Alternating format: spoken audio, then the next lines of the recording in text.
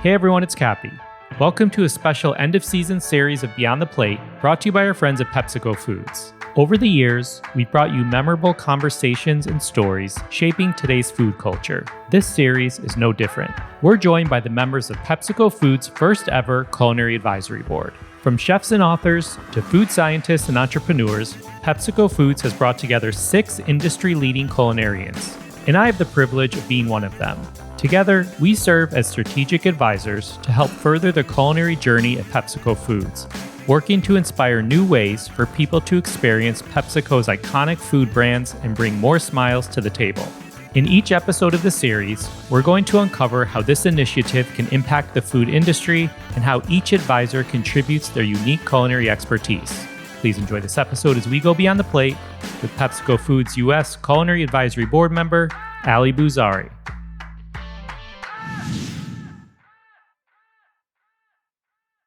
Ali, good to have you. Tell us something we don't know about you and your culinary career. I have 2. Bring it. Are you familiar with the very often played commercial for a credit card company that featured 2 entrepreneurs who run a cheese shop called Antonelli's? Oh my gosh, were you in a commercial? No. So I was their first ever intern when I was in college, and because I went to the University of Texas for undergrad. And so I was their cheese intern. So I was a cheesemonger for a good chunk of my college years, which I have to say is the ultimate palate training experience that anybody can do.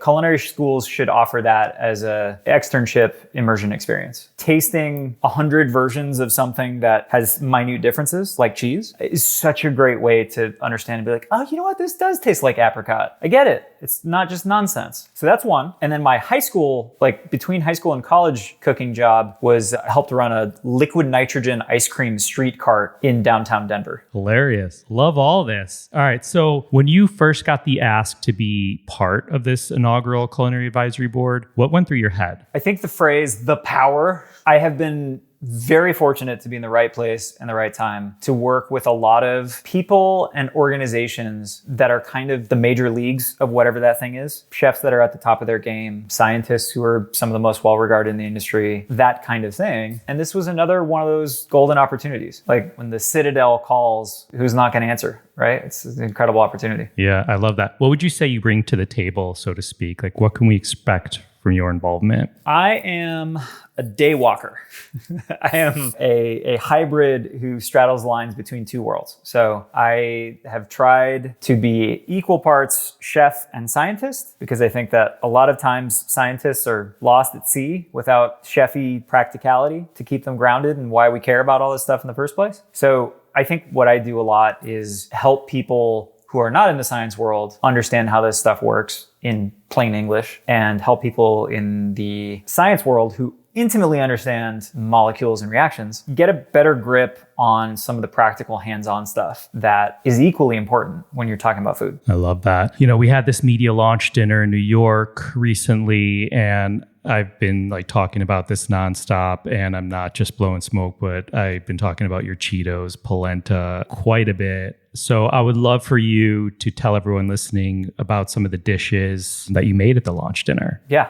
Well, thank you. Cheetos, polenta. I feel like I was created in a lab to have that idea. A big thing that I come back to over and over again in my career is that there are just a couple of very simple through lines that unite all food, and ingredient substitutions is weirdly one of my favorite things to dig into and nerd out on, because it becomes a lot easier if you stop thinking about Cheetos versus polenta versus a tortilla and really just realize that they're all just fiber and carbs and starch and proteins. And if you know that, and you know that, hey, these things are all made of the same alphabet, swapping them in becomes a really fun mixing and matching game. So the thought process was very fancy and very sophisticated. It was polenta made from cornmeal, Cheetos made from corn. Cheetos taste like loud cornmeal, Cheetos polenta.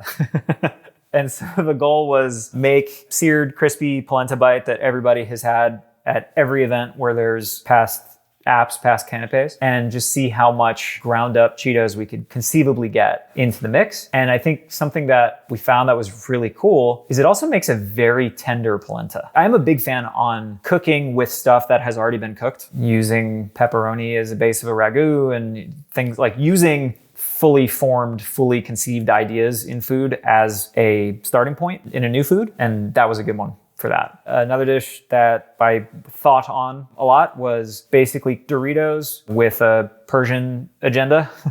This is the other thing that I like to do is just put sumac into everything with a hope that it'll stick one day. And for me, a form of ranch that I grew up eating was just a variety of Iranian yogurt-based dips. Masto khiyar is a yogurt and cucumber dip. Masto musir is a yogurt and shallot dip. So for this, we did Masto musir, where some of the shallotiness was coming from Cool Ranch Doritos, and chips and dip. It's always good. So a lot of our listeners at home likely have PepsiCo food brands in their pantry. I feel like you're the perfect person to hit upon this, which you pretty much did, but can you give us a tip or unique way people can incorporate them into their cooking? This started in the cafeteria, like in middle school. I think every sandwich needs to be stuffed with chips. I think that should be baseline. It's like with cheese or without cheese. Would you like with chips or without chips? It's just like inarguably makes every sandwich better, including PB&J, by the way. OG Doritos in a peanut butter and jelly sandwich is among the greatest things you can have. So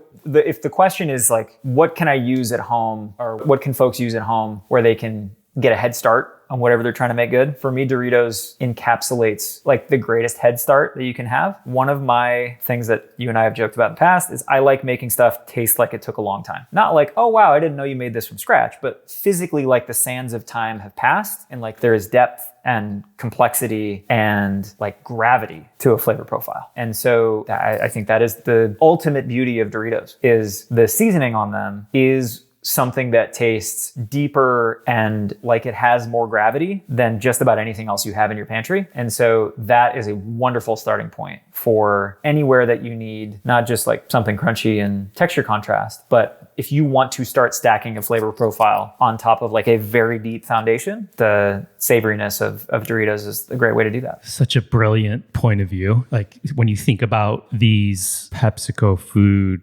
brands and products to be able to use and incorporate in a kitchen and in cooking, to take what you are sharing, your mindset, your point of view is really brilliant for a chef, scientist, or quite frankly, as we're talking about, for a home cook, anyone, just making a dish in their kitchen. So fun, so neat. If you could eat only one PepsiCo Foods brand for the rest of your life, what would it be? Not to make this like all about sandwiches, but if there was only one archetype of dish that I could have for the rest of my life, I have thought about this a lot. I would be totally happy if it was just a sandwich for every meal for the rest of my life. I kind of think that a sandwich is the perfect food. So I think it would also be Doritos, because that would be the perfect thing to continue to up my sandwich game on whatever island I'm on that has unlimited sandwiches but no other natural resource.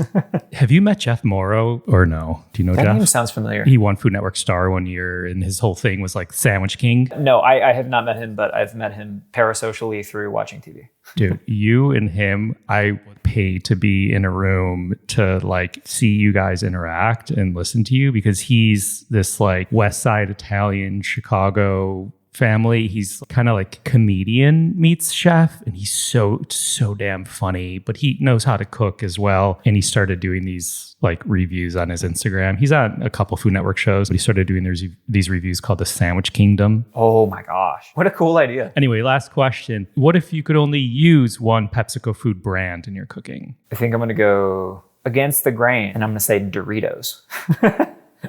Like, honestly, there are like a few perfectly conceived and executed things in the world. And, in fashion, it's jeans or a little black dress, or like things that just kind of, you can't really raise the stakes more than that on what it can be done. I think Doritos are the little black dress of food. It's great for all occasions. And truly, I think for me, step one is always build a solid foundation. And that flavor profile, I think, is the ultimate solid foundation to go anywhere you want. Find Allie on Instagram at Bouzari Allie. Thank you for tuning in to this special series. To learn more about PepsiCo Foods, visit PepsiCo.com. Follow them on social media at PepsiCo. PepsiCo Foods, we thank you. This series was produced by myself, along with Ian Cohen, Joel Yetton, and Sean Petrosian. Find me and keep up to date with this podcast across all social media platforms at On Cappy's Plate, or go to BeyondThePlatePodcast.com. Our digital media producer is Sarah McClellan-Mead. Our music has been composed by Goldford. Thank you for listening to Beyond the Plate. I'm Cappy, and remember, there are never too many cooks in the kitchen.